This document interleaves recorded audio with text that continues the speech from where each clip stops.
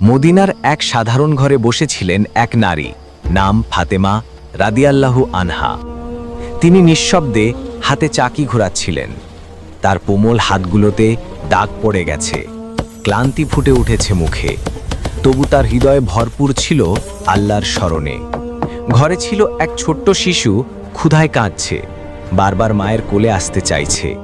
ফাতেমা রাদিয়াল্লাহু আনহা এক হাতে শিশুকে কোলে নিচ্ছেন আর অন্য হাতে চাকি ঘোরাচ্ছেন। ঠিক তখনই দরজায় কড়া নাড়ল এক ব্যক্তি, একজন মহান মানুষ, যিনি দয়ালু, বিনয়ী ও আল্লাহর প্রিয়।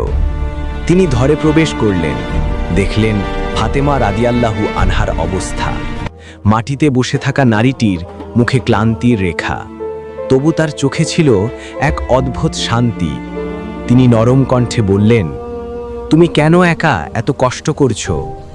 ফাতেমা রাদিয়াল্লাহু আনহা মৃদু হাসলেন, আমি আল্লাহর জন্য কাজ করছি, আমি চাই আমার পরিশ্রমটাও যেন ইবাদত হয়ে যায়। সেই মহান ব্যক্তি চুপচাপ তার পাশে বসে গেলেন, তারপর নিজের হাতে চাকি ঘোরাতে লাগলেন। চাকার ঘূর্ণনে যেন বাতাসে দোয়া ছড়িয়ে পড়ল। তিনি আল্লাহর দিকে তাকিয়ে বললেন, তিনি ফিসফিস করে বললেন, হে প্রভু, এই বান্দির কষ্ট তুমি সহজ করে দাও। হঠাৎ ঘরে নেমে এলো অদ্ভুত প্রশান্তি। চাকিটি যেন নিজের থেকেই ঘুরতে লাগল। ফাতেমা রাদিয়াল্লাহু আনহা বিস্ময়ে তাকিয়ে রইলেন। তিনি বললেন, চাকিটা তো আমি থামাইনি, কিন্তু এটা এখনো ঘুরছে।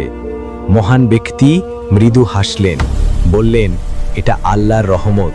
কষ্ট যখন আল্লাহর নামে করা হয়, তখন তা আর কষ্ট থাকে না, আজলের হয়ে যায় বরকত। সেই দিন থেকে ফাতেমা রাদিয়াল্লাহু আনহার মনে আর কোনো অভিযোগ ছিল না। তিনি আরও দৃঢ়ভাবে আল্লাহর উপর ভরসা রাখলেন।